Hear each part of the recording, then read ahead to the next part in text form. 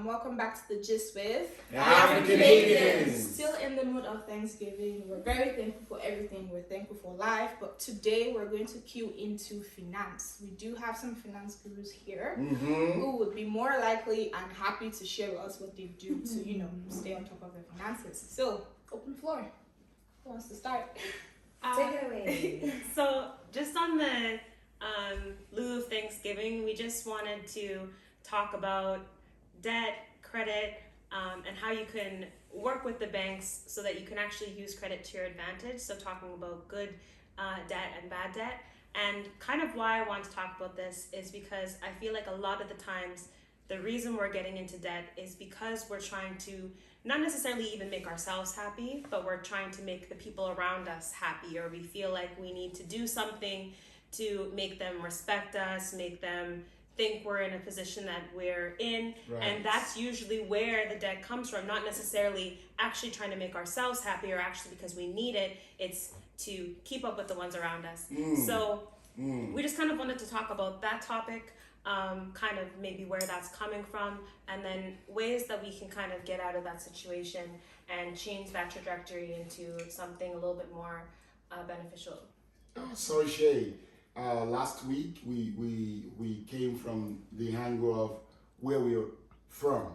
Most of us from Africa and the Caribbean, we live in the life of what we earn is what we spend, and we transition into a credit lifestyle. Everything in the North American system is all about credit. We had no formal finance education. And I was so happy when, you remember when Oni was saying that the first thing you need to do is to get educated about what you need, how to go about it, because what you don't know, you can do well. And that's one of the good things and the feedback we're getting, like we heard a lot about finance education, what we need to know about the system, how to use your card, how not to get into this bad credit. I want to start with my experience. I didn't know anything about credit card. I thought I can just jump into it and know it. But it didn't work that way. I love to go with the way I was trained. I had my money, I want to buy my car, but they said, no, you need to build your credit. As I was saying, that was my experience. I had no formal finance education about it. I thought I could just do it all by myself, and it landed me in deep shit. It was alluring, it was telling me, use me, the card. I was using it, I was paying off, and at the time, like, let me quickly do some quick thing. They dangle 5,000, then they gave me 10,000 line, then they gave me 15,000. I'm like, yes, I'll pay you back. Oh God, it took me almost 3 years before I got out from it. So it's a big problem for us. So, and that was from last week. So today I know you're gonna give us more in depth. So I'm excited to get into this. So I just want to kind of ask you guys, because you guys are coming from a situation where you didn't have credit before, what was your kind of like first impression of it, or your first interpretation of credit and what it would be used for? Oh, don't let me say mine. I think Boma should say our own. What do you think, Boba? Let's hear from you.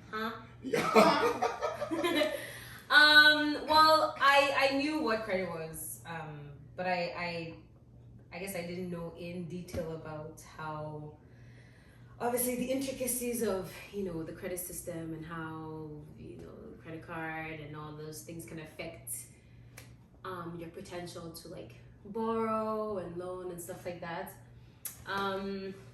For me, like one thing I'll say about credit cards is like we're saying, live within your means, right? Like, why do you need a 5,000 credit limit? Right? They gave it to me. I didn't ask them. Hold on. If you start with 500, right, which is usually what you would start with to kind of like build your credit, like because they will always offer it. Why do they do that? Because they know that their idea is that they can give you 500 and you pay them back. Yeah. They give you 5,000, you'll pay them back, and they're collecting interest the whole time. It's very unlikely that if they give you 5,000, you're going to be able to pay the full 5,000 in 1 month. Yeah, so if they're you can't be guaranteed collecting, to get I was paying them. What They is increased the it. what is your big deal if you have 6,000 or 10,000? It's simple. Don't spend money you don't have or you don't plan to have. Yeah. Even, I have like 4 different credit cards. I have Whoa. I have one that is 1,000. I have 2 500. I have one 6,000. Yeah, All the balances and everything is 0 because I don't spend when I don't have. Or even if I'm spending, I know I'm gonna have it within 2 weeks at least. Yeah. If I can't calculate within 2 weeks, I know I'm gonna have it like within then. I never spend it. So Good for It's you. good to build the history, but it's a good practice that as soon as you use your credit card, you just pay it off. Yeah. Oh. So use your credit card to get the points, to get Exactly. the benefits, the perks of using the credit card. Does it actually You have use it- benefits? yes, it does. Yeah, I every have card 23,000 with its SIM own points. benefits. 23. I can watch 18 movies. Every credit card will come with some benefits, so it's good for you to actually read what each card comes with and use a card that benefits you. Some will give you travel, Don't worry. some will give you gas back, Okay. some will give you There's, you have like 2% travel back on insurance, groceries. There's like a lot of things. So you find one that works for you, that supports everything that you use, and then use the card strategically, and then always just pay it back so you can get those perks, but you're also building that relationship with the bank, because you have to think of the bank as, don't think of them as a friend, because at the end of the day you don't want to disclose everything and anything You're to telling them. them our But friend did not. Think of them Yeah, as they're a business, but you can be business friends. Wait. That goes back to what you So- said about like using the bank to. When you said something about having debt, but you Yes. said the bank Yes. to clear So up the there's debt or a something. there's a couple different ways. So you want to build a relationship with the bank, because think of it as if you just met somebody and they come up to you and say, "Hey, can I borrow $500?" You're gonna be like, "I don't know you," Okay. right? Okay, right. Now think of it, if now we've built this relationship for a year, and now I say, "Hey, can I borrow $500?" Okay, I'll give you $500. Now if you pay me back and I go back and say, "Hey, can I borrow 1,000?" Well, you pay me back for 500, I'll give you 1,000. Vice versa. If someone borrows 500 from you and they spend all the 500, and then you're like, "Hey, can I have 1,000? I spent the 500." Are you gonna give them 1,000? No. No. So with the bank, you have to think of it at the exact same way. You have to build that relationship with them. Start off small, and then build that network with them. Continually pay them back, so then they know you're trustworthy. They'll trust you with more. So it's not good Right? debt and bad debt. Can But we, if- I think IMD is like, Lori is like, okay, share. You need to share that same thought on this topic. Well, just like Boma said, like I've known about like credit and everything. However, I've had, well, not me personally, just like people around me, situations and experiences of bad debt. Wow. Yeah, so that kind of like made me have like an attitude towards credit cards. Like Ella also said, don't spend what you don't have. But it's tempting. It is It's tempting, always And but sometimes you don't. You just have nothing in savings. You just have to go to this credit card to save the day, right? But like she said, like right, you should have a and like A plan, I can some pay kind you of like idea how I you have can money pay back. coming in, right? That's going That's to right. offset it if I use it now, Okay. right? So for me, I didn't. Everybody, well, most people find it like weird when I tell them I didn't get a credit card until last year. So all my whole No, life, sorry, you didn't get a credit yeah, card until last year. Yeah, I've always Was that a conscious effort on my yeah. Oh, okay. I have friends who like they maxed out their credit cards for like no reason, and you know they're still suffering for it till now. I'm like, I don't want to be in that spot, and anything debt just makes my heart beat so fast. You know? It's just a, I guess, Should. African thing. Or, Nobody yeah, It can make is. money. yeah, Yeah. like I just feel very uncomfortable, and I feel like I'm owing somebody something. I think it's a cultural thing. We were not taught, we were not brought up to live on credit. Yeah, And that's yeah. why we're here I think to you learn have from to you. live on credit. No, House but it is a thing here in North America.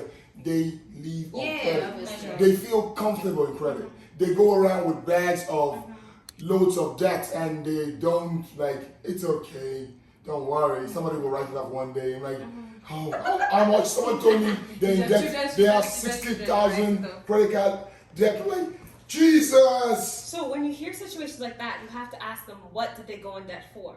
Yeah. Because if they went in debt to get a house that they're now going to rent out, that's income. So is that what you mean by good debt? That's what I mean by Oh, good debt. that is good debt. Let's say Okay. you use the money to pay for school. That's an investment. Okay. Let's say you spent the money. On a car. A car is a depreciating asset. Oh, thank you. So it's not the best, but it is a way that you can build a relationship with the bank now. Yeah. So if you don't have any That's credit and building you your want to build a credits. relationship with the bank, consistently paying that car payment on time builds that relationship. So then maybe you can get a loan for a house. Yeah, for a Can you- bigger, can you pause on much that? bigger thing. I'm gonna ask O'Neill because I know he's the super finance and auto dealer here that can spread more light on this. Yeah, he's in How am I not finding out? Oh yeah.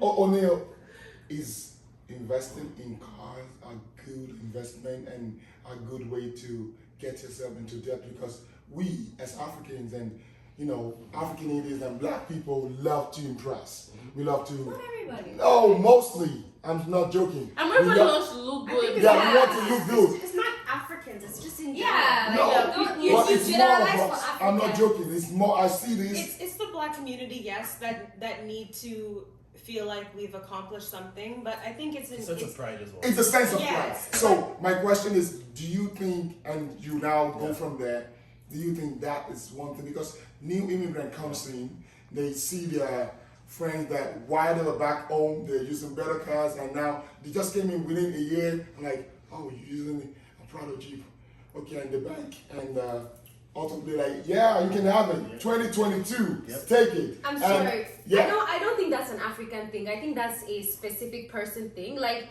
personally, like in that situation, I wouldn't, even if I see my friend driving an expensive car, like my head is not in that kind of space, so I wouldn't go and buy a You car. might To you be might be honest, right. I think it's less of more of a show off thing and more of I have this and it's there and I can just use it now. Okay, let's So it might not necessarily be I want to show myself, I have $500, so True. why not just use it? True. Right? Ella, you understand my point, right?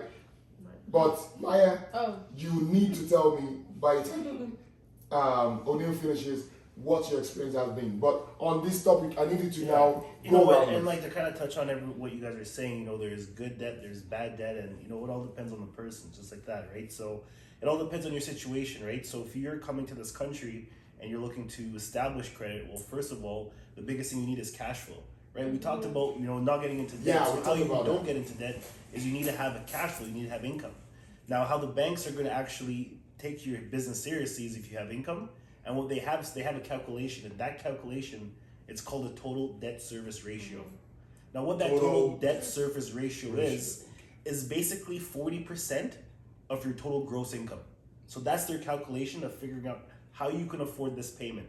Example, someone makes $60,000 a year. Per month, that's $5,000. 40% of $5,000 is $2,000. So your bills per month should not exceed more than $2,000, because then therefore you're going to get into a situation where you're over your total debt service ratio.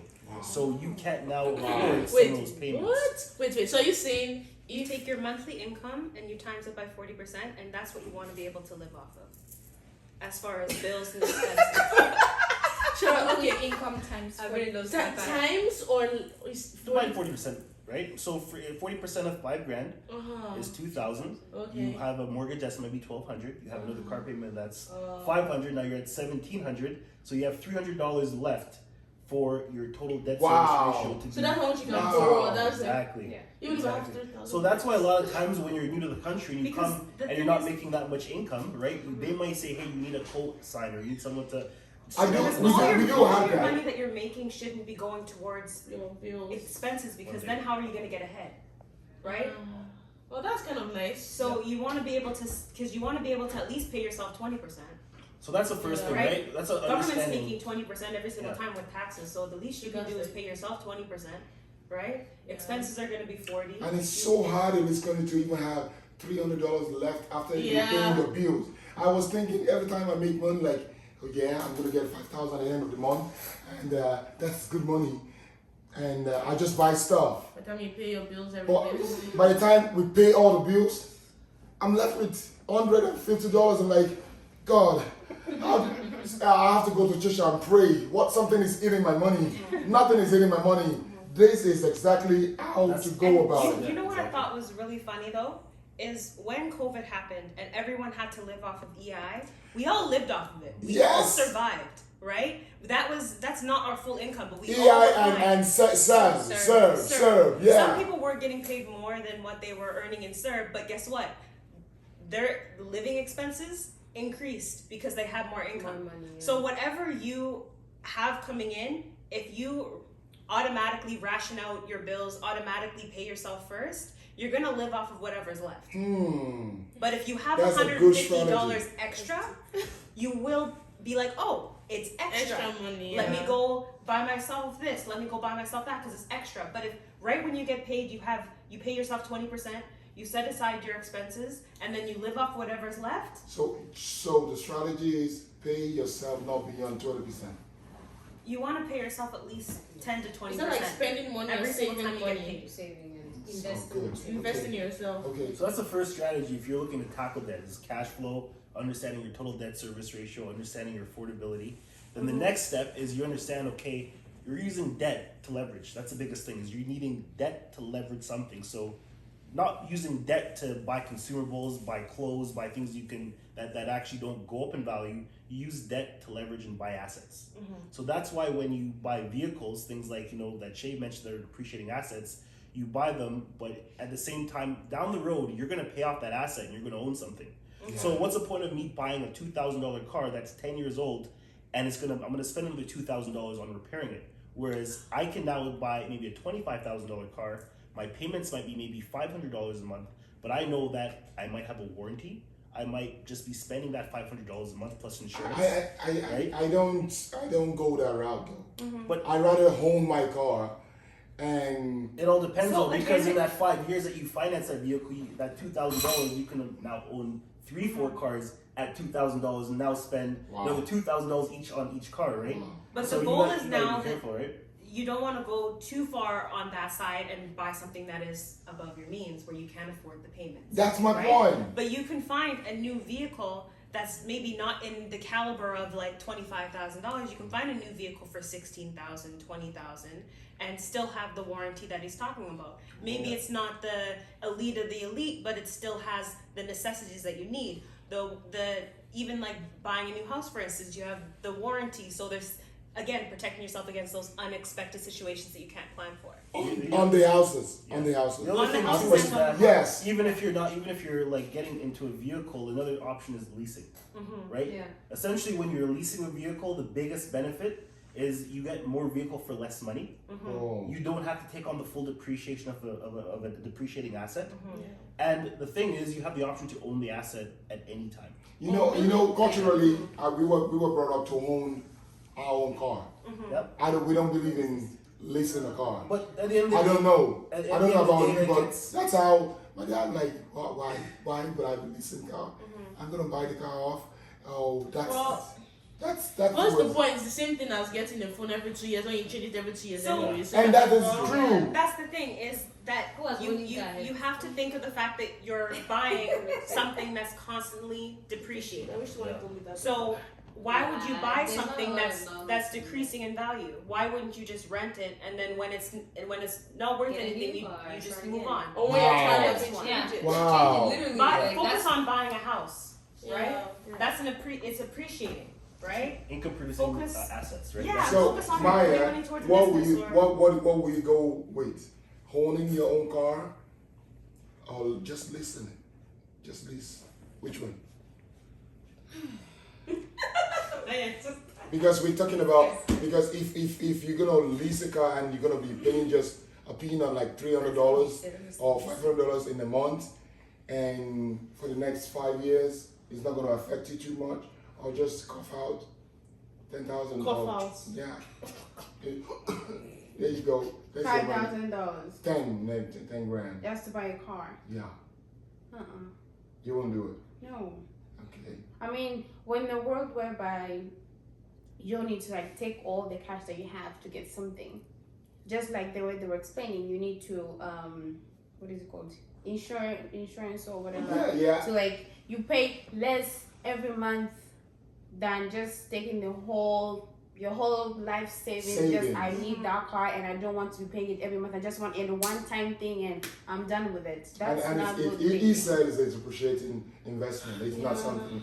And on the house thing, On the house thing, some people go like you want to own your own, you want to mortgage a house, and you're going for a house in maybe the lakeside. Yeah. Yeah, and this is like So maxing yourself out to $850,000 house, and you have to pay like $3,000 just for in every month. Yeah. You have other bills to cover, and you won't sleep in that house. Yeah. How do you manage that? That's another So big I feel like when it comes to spending in general, you have two options. So you figure out how much you're gonna make and you spend less, or you figure out what your needs and necessities are and you make more. So you have those two options. Yep, make more. Right? But you can't sit there and just spend more than you make and And have expect no life plan. to be Yeah. dangerous. So it's back to At that one 20%. point it's gonna bite you in the butt, right? 10 to 20%, right? You wanna at least be able to pay yourself 10-20% always. And if you can't, then that's when you need to adjust some things that are in your situation. I know a lot of books and things will tell you, oh, just don't buy that coffee every day. But the big things that you can change are taxation. So finding tax strategies for yourself. The next is going to be your living What is situation. the tax strategy? Yeah, there's a way around it. You The can avoid biggest tax. bill is taxes, right? So you have taxes, you have transportation, and you have living. Okay. So those are going to be the three things that are going to take the majority of your money. So if you're living in a place that leaves you with nothing else, then maybe you need to downsize. Okay. Yeah. Or maybe you need to get a roommate. Okay. Or maybe you need to reduce your groceries or something so that that's sustainable. The next is your transportation. Maybe you're living too far away from work, so the gas is eating you up. Maybe it's the car expenses that are eating you up. So maybe adjusting to either a hybrid or finding carpooling and Okay. splitting gas, Right into or also. bike to work. Biking. Now you're Yo, combining you guys, your that's, exercise. I feel like that's not really realistic though. Like, Please. I bike to work. Oh. well, because you can buy No, to work. but How many minutes? it How all many? depends In on winter, the do you buy to situation, work? right? Yeah, It yeah. all depends on what makes sense. But I gave other suggestions to one. Maybe switching to a hybrid. Maybe talking to a coworker and saying, "Hey, you're on my way to work. Let me pick you up. Just we'll share gas or we'll take You turns." share gas. People Right? do that. So that's an option. That's good for the environment as well. And then the next thing is taxes. So, for instance, if you pay yourself that 10%, let's say you put that money in your RRSPs, you get tax breaks for putting money in your RRSPs. Oh, So now you can yeah. claim that and you'll actually get money back, and then you'll pay taxes on that money that's in the Wow. RRSP later. You guys, you see, this is what you should be talking about more. I don't see, like, what do you mean? What's a tax break? Mhm. Wait, what do you mean tax on my own money? So if I have extra money, they're collecting tax on my So money. so putting money into So your they collect taxes RRSP. on the money that you bring in.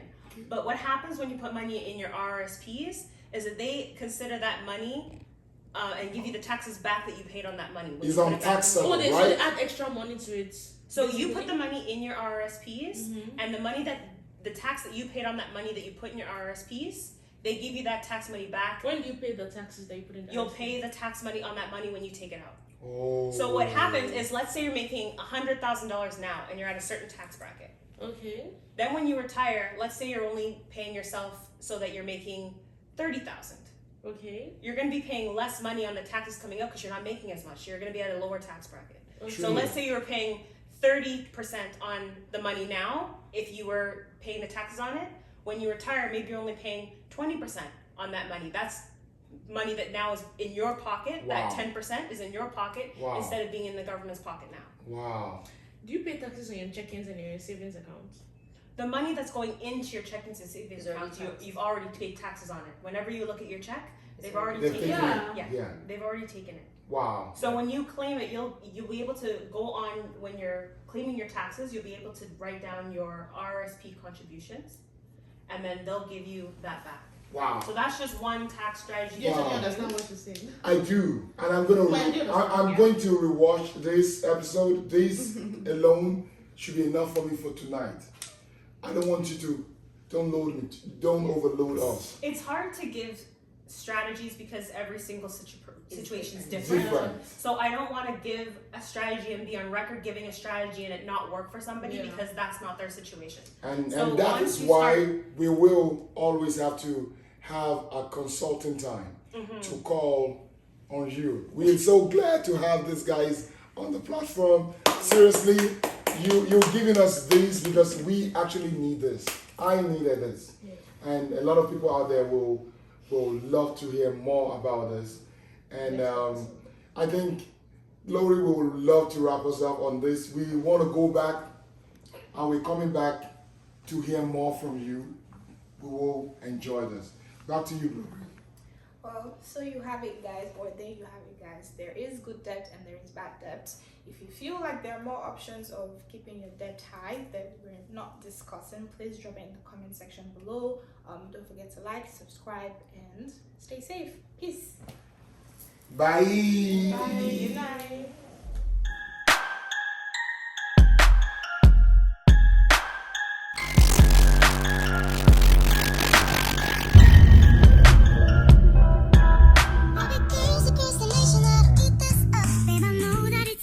Could you better lead up?